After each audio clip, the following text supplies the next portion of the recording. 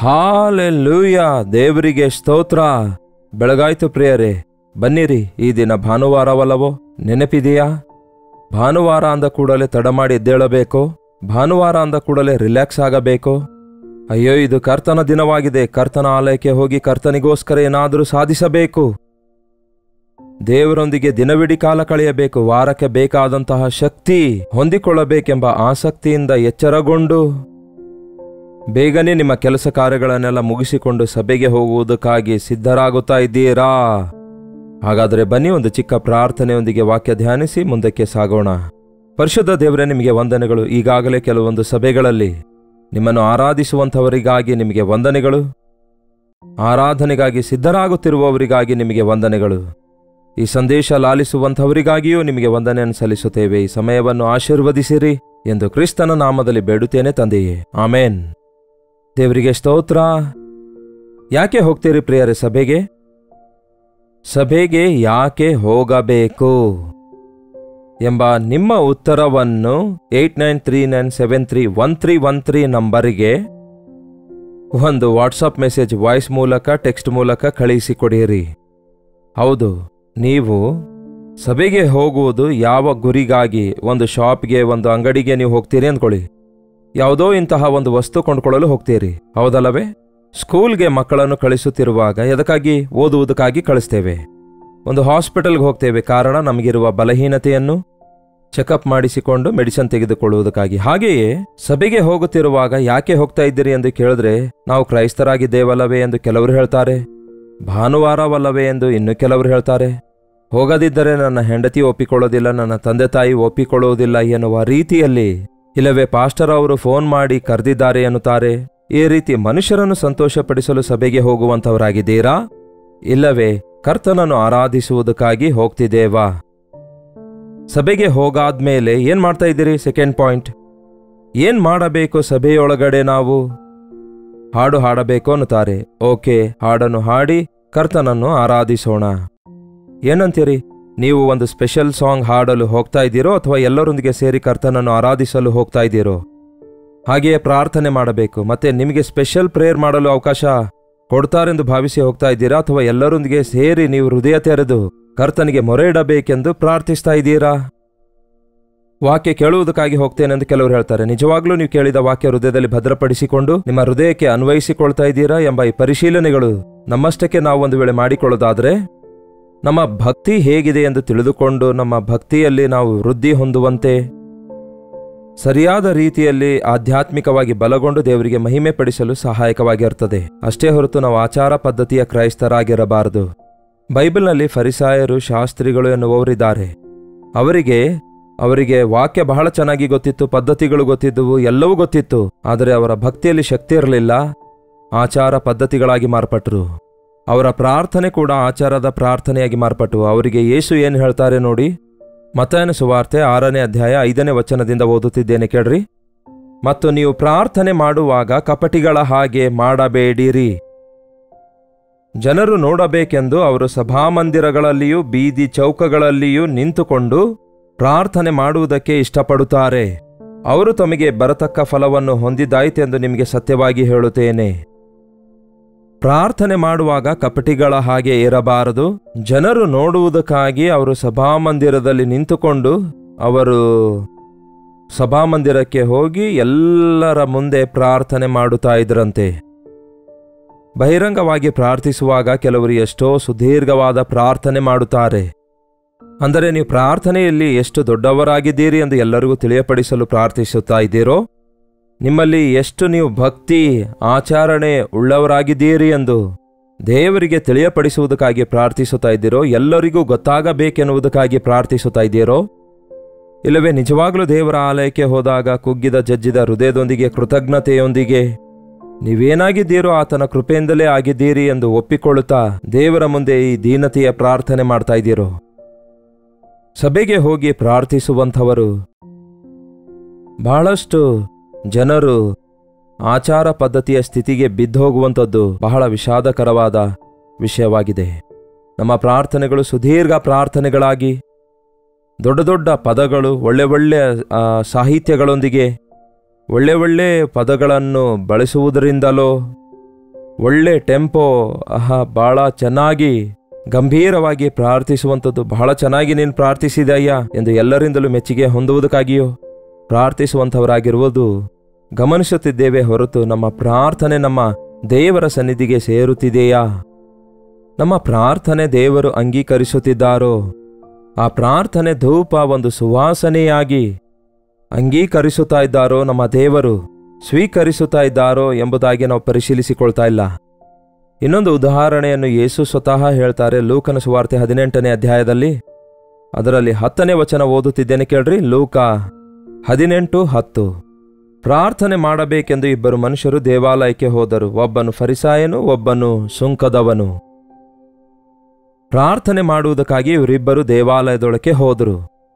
ಅವರಲ್ಲಿ ಒಬ್ಬನು ಫರಿಸಾಯನು, ಮತ್ತೊಬ್ಬನು ಸುಂಕದವನಾಗಿದ್ದನು. ಫರಿಸಾಯನು ನಿಂತುಕೊಂಡು ಏನು ಮಾಡಿದನಂತೆ?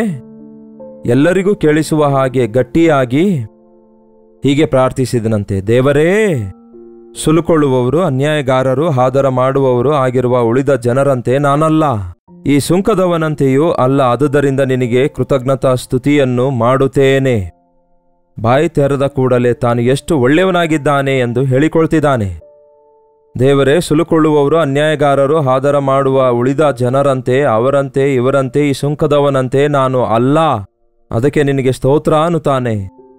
ನೋಡಿ ಪ್ರಿಯರೇ, ನಾವು ರಾಜಾದಿ ರಾಜನ ಬಳಿಗೆ ಪ್ರಾರ್ಥನೆ ಮಾಡಲು ಹೋಗುವಾಗ ನಮ್ಮ ಕುರಿತಾಗಿ ಹೇಳಿಕೊಳ್ಳಲು ಹೋಗುವುದೇನು? ನಾವು ಯಾರನ್ನು ಸಂಧಿಸಲು ಹೋಗುತ್ತಿದ್ದೇವೋ ಆತನಿಗೆ ನಾವು ಸನ್ಮಾನಿಸುವವರಾಗಿರಬೇಕಲ್ಲವೇ? Your honour ಅನ್ನುತ್ತಾರಲ್ಲವೇ? ಅಧ್ಯಕ್ಷರೇ ಅನ್ನುತ್ತಾರಲ್ಲವೇ? ಮುಂಚಿತವಾಗಿ ಯಾರನ್ನು ಸಂಬೋಧಿಸ್ತಾರೆ ಲೋಕದವರು ಮಾತಾಡುವಂತಹ ಸಮಯದಲ್ಲಿ? ನಾವು ದೇವರ ಸನ್ನಿಧಿಗೆ ಹೋಗುವಾಗ ಸಿಂಹಾಸನ ಆಸೀನರೂಢನಾಗಿರುವ ದೇವರೇ, ಸ್ತುತಿಗೆ ಪಾತ್ರನಾದ ದೇವರೇ, ಆರಾಧನೆಗೆ ಪಾತ್ರನಾದ ದೇವರೇ, ಸರ್ವಶಕ್ತಿ ಸಂಪನ್ನನೇ, ಕೃಪೆಯುಳ್ಳ ದೇವರೇ ಎಂದು ಹೀಗೆ ಕರ್ತನನ್ನು ಹೊಗಳಿ, ಕರ್ತನನ್ನು ನೆನೆಸಿಕೊಂಡು ಎಂಥ ದೊಡ್ಡ ದೇವರಿಗೆ ನಾವು ವಿಜ್ಞಾಪನೆ ಮಾಡ್ತಿದ್ದೇವೆ ಎಂದು ನೆನೆಸಿಕೊಳ್ಳುವುದು ಪ್ರಾರ್ಥನೆಯಾಗಿದೆ ಹೊರತು, ಪ್ರಾರ್ಥನೆ ಮಾಡ್ತಿದ್ದೇನೆ ಎಂದು ಹೇಳಿ ನೀವು ಮಾಡ್ತಿರುವ ನೀತಿ ಕಾರ್ಯಗಳೆಲ್ಲ ದೇವರ ಮುಂದೆ ಹೇಳಿಕೊಂಡು ಮನುಷ್ಯರು ಕೇಳಿಸಿಕೊಳ್ಳುವಂತೆ ಮಾಡುವ ಪ್ರಾರ್ಥನೆಗಳು. ಚರ್ಚಲ್ಲಿರುವವರು ನಿಮ್ಮ ಪ್ರಾರ್ಥನೆ ಕೇಳಿ ಅಬ್ಬೋ ಬಹಳ ದೊಡ್ಡ ಭಕ್ತನೆಂದು ಹೇಳ್ತಾರೇನೋ, ಆದರೆ ಕುಗ್ಗಿದ ಜಜ್ಜಿದ ಹೃದಯದೊಳಗಿಂದ ಬಂದ ಮೊರೆಯನ್ನೇ ದೇವರು ಕೇಳುವಂಥವರಾಗಿರುತ್ತಾರೆ. ನಾನು ಅವರಂತೆ ಇಲ್ಲ, ಇವರಂತೆ ಇಲ್ಲ ಎಂದು ಹೋಲಿಸಿಕೊಂಡು ಹೇಳ್ತೇವೆ ಹೊರತು, ಯೇಸುವೆ ನಾನು ನಿನ್ನಂತೆ ಇಲ್ಲ ಎಂಬ ಪಶ್ಚಾತ್ತಾಪ ಬರೋದಿಲ್ವಲ್ಲ? ಇತರರಿಗಿಂತಲೂ ನಾವು ಉತ್ತಮವಾಗಿದ್ದೇವೆ ಎಂದು ಸಂತೋಷ ಪಡುವುದಕ್ಕಿಂತ ನಾನು ಕರ್ತನ ಹಾಗೆ ಇಲ್ವಲ್ಲ, ದೇವರೇ ನಿನ್ನಂತೆ ಮಾರ್ಪಡಿಸು ಎಂದು ತಾನೇ ನಾವು ಪ್ರಾರ್ಥನೆ ಮಾಡಿಕೊಳ್ಳಬೇಕು. ಇನ್ನು ಮುಂದೆ ಏನನ್ನುತ್ತಾನೆ ನೋಡಿ, ನಾನು ವಾರಕ್ಕೆ 2 ವಾರ್ತಿ ಉಪವಾಸ ಮಾಡುತ್ತೇನೆ, ನಾನು ಸಂಪಾದಿಸುವ ಎಲ್ಲದರಲ್ಲಿಯೂ 10ರಲ್ಲೊಂದು ಪಾಲನ್ನು ಕೊಡುತ್ತೇನೆ ಅಂದುಕೊಂಡನು. ನಾನು ವಾರಕ್ಕೆ 2 ವಾರ್ತಿ ಉಪವಾಸ ಪ್ರಾರ್ಥನೆ ಮಾಡುತ್ತೇನೆ, ಅಷ್ಟಕ್ಕೂ ನಾನು ಉಪವಾಸವಿದ್ದೇನೆ, ಉಪವಾಸ ಮಾಡುತ್ತಿದ್ದೇನೆ ಎಂದು ಹೇಳಿಕೊಳ್ಳೋದ್ರಿಂದ ನೀವು ಮಾಡುವ ಉಪವಾಸವೇ ವ್ಯರ್ಥವಾಗುತ್ತದೆ. ನೀವು ಉಪವಾಸ ಮಾಡುವಾಗ ಮನುಷ್ಯರಿಗೆ ಕಾಣಿಸಿಕೊಳ್ಳುವಂತೆ ನೀವು ದುಃಖ ಮುಖವುಳ್ಳವರಾಗಿರಬೇಡಿರಿ. ಮನುಷ್ಯರಿಗೆ ತೋರಿಸಿಕೊಳ್ಳುವುದಕ್ಕಾಗಿ ನೀವು ಉಪವಾಸ ಮಾಡಬೇಡಿರಿ. ಉಪವಾಸ ಮಾಡುವಾಗ ತಲೆಗೆ ಎಣ್ಣೆ ಹಚ್ಚಿಕೊಂಡು ಫ್ರೆಶ್ ಆಗಿ ದೇವರ ಸನ್ನಿಧಿಯಲ್ಲಿ ದೇವರ ಮುಂದೆ ಕಾಣಿಸಿಕೊಳ್ಳಿರಿ ಎಂದು ಯೇಸು ಹೇಳಿದ್ದಾರೆ. ಇಲ್ಲಿ ಫರಿಸಾಯನು ವಾರಕ್ಕೆ 2 ವಾರ್ತಿ ಉಪವಾಸ ಮಾಡುತ್ತೇನೆ ಎಂದು ಹೇಳುತ್ತಿದ್ದಾನೆ. ಇನ್ನೇನನ್ನುತ್ತಾನೆ? ನಾನು ಸಂಪಾದಿಸುವ ಎಲ್ಲದರಲ್ಲಿಯೂ ನಾನು ದಶಮ ಭಾಗ ಕೊಡ್ತಿದ್ದೇನೆ ಅನ್ನುತ್ತಾನೆ. ದಶಮ ಭಾಗ ಯಾರ ಸೊತ್ತಾಗಿದೆ? ದೇವರ ಸೊತ್ತಾಗಿದೆ. ದೇವರ ಸೊತ್ತು ದೇವರಿಗೆ ಕೊಟ್ಟು ನಾನು ಕೊಟ್ಟಿದ್ದೇನೆ ಅಂತ ಹೇಳಿದ್ರೆ ಏನರ್ಥ? ಭಾರತ ದೇಶದ ಈ ಸರ್ಕಾರದವರಿಗೆ ನಾವು ನಮ್ಮ ಸಂಪಾದನೆಯ ಮೇರೆಗೆ ಟ್ಯಾಕ್ಸ್ ಕಟ್ಟಬೇಕು, ತೆರಿಗೆ ಕಟ್ಟಬೇಕು. ನಾವು ಟ್ಯಾಕ್ಸ್ ಕಟ್ಟಲೇಬೇಕು.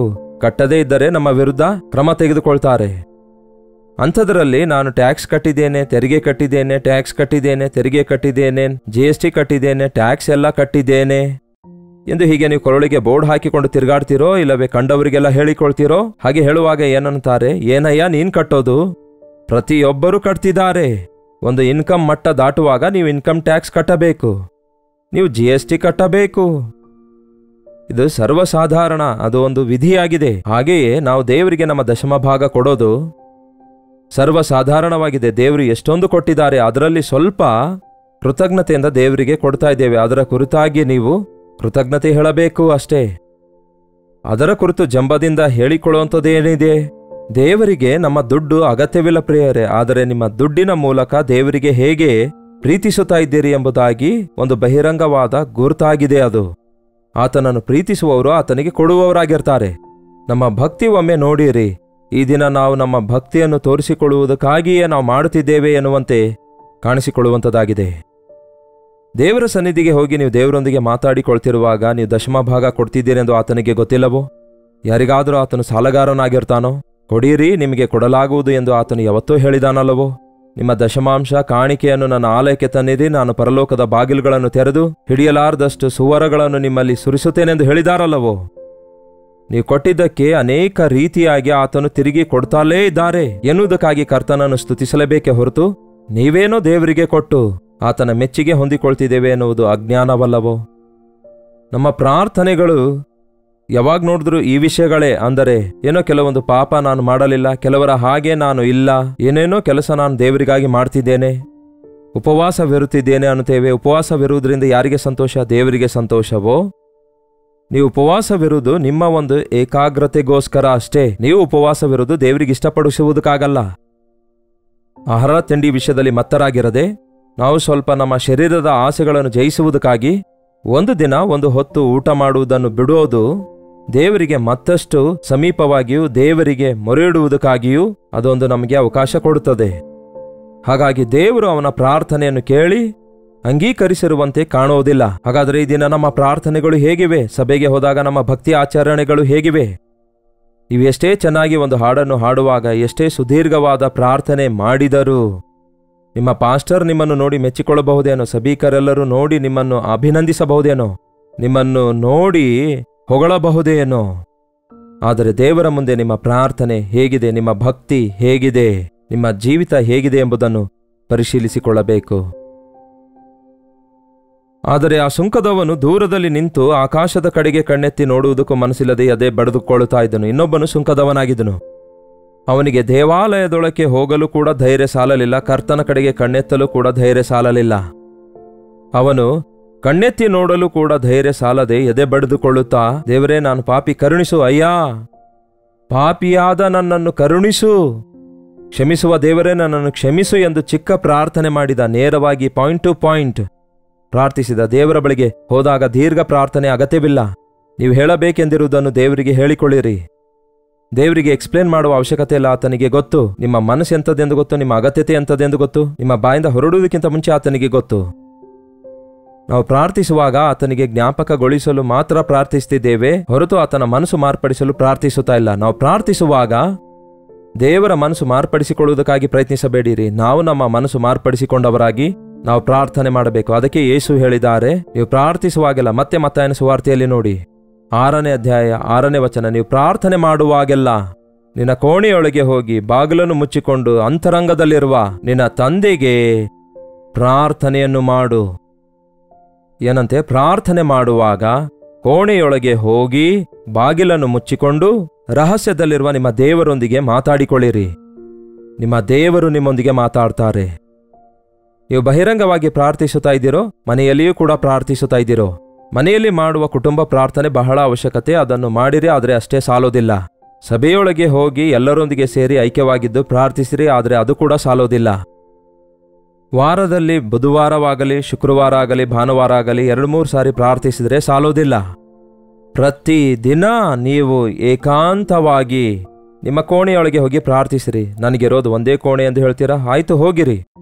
ಆ ಕೋಣೆಯ ಮಾಳಿಗೆ ಮೇಲೆ ಇಲ್ಲವೇ ವರಂಡದೊಳಗೆ ಹೋಗಿ, ನೀವು ಹಳ್ಳಿ ಊರಲ್ಲಿದ್ದರೆ ಒಂದು ಹೊಲದೊಳಕ್ಕೆ ಹೋಗಿ, ಒಂದು ಏಕಾಂತವಾದ ಸ್ಥಳಕ್ಕೆ ಹೋಗಿ, ಯಾರೂ ನಿಮಗೆ ಡಿಸ್ಟರ್ಬ್ ಮಾಡಲಾರದಂತಹ ಸ್ಥಳದಲ್ಲಿ ದೇವರೊಂದಿಗೆ ನಿಮ್ಮ ಹೃದಯವನ್ನು ಹೊಯ್ದುಕೊಂಡು ದೇವರ ಸನ್ನಿಧಿಯಲ್ಲಿ ನೀವು ಮಾಡುವ ಪ್ರಾರ್ಥನೆ ನಿಜವಾದ ಪ್ರಾರ್ಥನೆಯಾಗಿರುತ್ತೆ. ನಾವು ಮನುಷ್ಯರಾಗಿರೋದ್ರಿಂದ ಕೆಲವೊಂದು ಸಾರಿ ನಮ್ಮ ಬಾಯಿಗೆ ಬೀಗ ಹಾಕಿದಂತೆ ಇರುತ್ತೆ. ನಮ್ಮ ಪಾಪಗಳು, ಬಲಹೀನತೆಗಳು ಎಲ್ಲರ ಮುಂದೆ ಒಪ್ಪಿಕೊಳ್ಳುವುದಕ್ಕೆ ನಾವು ನಾಚಿಕೆ ಪಡುವವರಾಗಿರ್ತೇವೆ. ಕರ್ತನಿಗೆ ಹೇಳಿಕೊಳ್ಳಲಾರದ ಪರಿಸ್ಥಿತಿಯಲ್ಲಿರುತ್ತೇವೆ. ಅದಕ್ಕಾಗಿಯೇ ಗೋ, ಒಬ್ಬ ಡಾಕ್ಟರ್ ಒಬ್ಬ ವ್ಯಕ್ತಿಗೆ ಪರಿಶೀಲಿಸುತ್ತೇನೆ ಅನ್ನುವಾಗ ಒಳಗಡೆ ಕರೆದುಕೊಂಡು ಹೋಗ್ತಾನೆ. ಆ ವ್ಯಕ್ತಿಯ ಅವಯವಗಳನ್ನೆಲ್ಲ ಪರಿಶೀಲಿಸುವುದಕ್ಕಾಗಿ ಎಲ್ಲರೂ ಮುಂದೆ ಹಾಗೆ ಮಾಡೋದಿಲ್ವಲ್ಲ? ಹಾಗೆಯೇ ದೇವರ ಮುಂದೆ ನಾವು ಹೋಗುವಾಗ ನಮ್ಮನ್ನು ನಾವು ಬಟ್ಟ ಬಯಲು ಪಡಿಸಿಕೊಳ್ಳುವುದಕ್ಕೋಸ್ಕರ, ನಮ್ಮ ಸ್ಥಿತಿ ನಾವು ಅರ್ಥಕೊಳ್ಳುವುದಕ್ಕಾಗಿ ನಾವು ಕೋಣೆಯೊಳಗಡೆ ಹೋಗಿ, ದೇವರೇ ನನ್ನನ್ನು ಪರೀಕ್ಷಿಸು, ನಿನಗೆ ಬೇಸರಕರವಾದ ಮಾರ್ಗ ನನ್ನಲ್ಲಿ ಇದೆಯೇನೋ ನೋಡು ಎಂದು ದಾವೀದನ ಹಾಗೆ ಪ್ರಾರ್ಥಿಸುವುದನ್ನು ನಾವು ಕಲಿಯಬೇಕು. ಸಭೆಗೆ ಹೋಗಿರಿ, ಎಲ್ಲರೊಂದಿಗೆ ಸೇರಿ ಪ್ರಾರ್ಥಿಸಿರಿ, ಆದರೆ ಅಷ್ಟೇ ಸಾಲೋದಿಲ್ಲ. ಅನುದಿನವೂ ನಿಮ್ಮ ಕೋಣೆಯೊಳಗೆ ಹೋಗಿ ನೀವೊಂದು ಪ್ರಾರ್ಥನೆಯ ಸ್ಥಳವನ್ನು ಆರಿಸಿಕೊಂಡು ಒಬ್ಬಂಟಿಗರಾಗಿ ದೇವರೊಂದಿಗೆ ನಿಮ್ಮ ಹೃದಯ ಭಾರವೆಲ್ಲ ಹಂಚಿಕೊಂಡು ಪ್ರಾರ್ಥಿಸಿರಿ. ಆಗ ಅದ್ಭುತವಾದ ಫಲವನ್ನು ಹೊಂದಿಕೊಳ್ತೀರಿ. ಅಂತರಂಗದಲ್ಲಿರುವ ತಂದೆಯಿಂದ ನೀವು ಪ್ರತಿಫಲ ಹೊಂದಿಕೊಳ್ಳುತ್ತೀರಿ. ಆತನು ಪ್ರಾರ್ಥನೆಗೆ ಉತ್ತರ ಕೊಡ್ತಾನೆ, ಪ್ರಾರ್ಥನೆಯನ್ನು ಸಫಲಗೊಳಿಸುತ್ತಾನೆ, ಪ್ರಾರ್ಥನೆ ನೆರವೇರುವಂತೆ ಮಾಡುತ್ತಾನೆ. ದೇವರು ಕೊಡುವಂತಹ ವೈಯಕ್ತಿಕವಾಗಿ ದೇವರು ನಮ್ಮೆಲ್ಲರಿಗೆ ಕೊಡುವಂತಹ ದಿವ್ಯ ದಾನ ಹೊಂದಿಕೊಳ್ಳುವುದಕ್ಕಾಗಿ ವೈಯಕ್ತಿಕವಾಗಿ ನಾವು ದೇವರ ಸನ್ನಿಧಿಯಲ್ಲಿ ಪ್ರಾರ್ಥಿಸಬೇಕು. ಯಾರ್ಯಾರು ಒಬ್ಬಂಟಿಗರಾಗಿ ಹೆಚ್ಚು ಪ್ರಾರ್ಥಿಸಿಕೊಳ್ಳುತ್ತಾರೋ ಅಂಥವರ ಬಹಿರಂಗವಾದ ಪ್ರಾರ್ಥನೆ ಆತ್ಮದಿಂದಲೂ ಶಕ್ತಿಯಿಂದಲೂ ತುಂಬಿದ ಪ್ರಾರ್ಥನೆಯಾಗಿರುತ್ತೆ. ಯೇಸು ಕ್ರಿಸ್ತನು ಎಷ್ಟೋ ಹೆಚ್ಚಾಗಿ ಒಬ್ಬಂಟಿಗರಾಗಿ ಪ್ರಾರ್ಥಿಸುತ್ತಾ ಇದ್ರು, ಆದರೆ ಬಹಿರಂಗವಾಗಿ ಆತನು ಕ್ಲುಪ್ತವಾಗಿ ಪ್ರಾರ್ಥಿಸುತ್ತಾ ಇದ್ದನು.